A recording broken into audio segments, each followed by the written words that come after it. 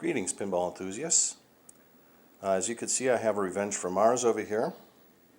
I've got LEDs, I've got some modifications to it, and as you can see right here, that is actually a reflection from above right there where there's a monitor. However, this pinball machine has a specific problem, and that's reflections from ambient light and the translight. So as you can see right here, my translight has this dark side on the right and a lighter side on the left. What I'm using is a privacy screen. Okay, this is the same kind that you would use for a laptop computer or a desktop that you didn't want anybody viewing from the side. Okay, what I'm going to do is I'm going to take this and I'm going to change the angle so you can see that it turns black. Okay. The result of that is that there is no translight reflection in my game field.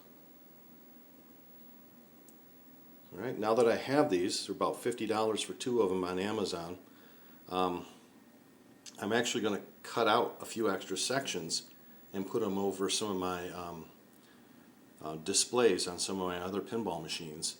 You have to turn them sideways though, because they don't work vertically, they work horizontally.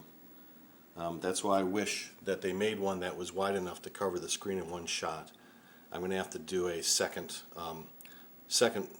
piece and put them together. Alright, I hope that helps you. I hope that helps you save money. It's $50 compared to buying HD glass or Voodoo or Invisiglass. And it's pretty easy to install.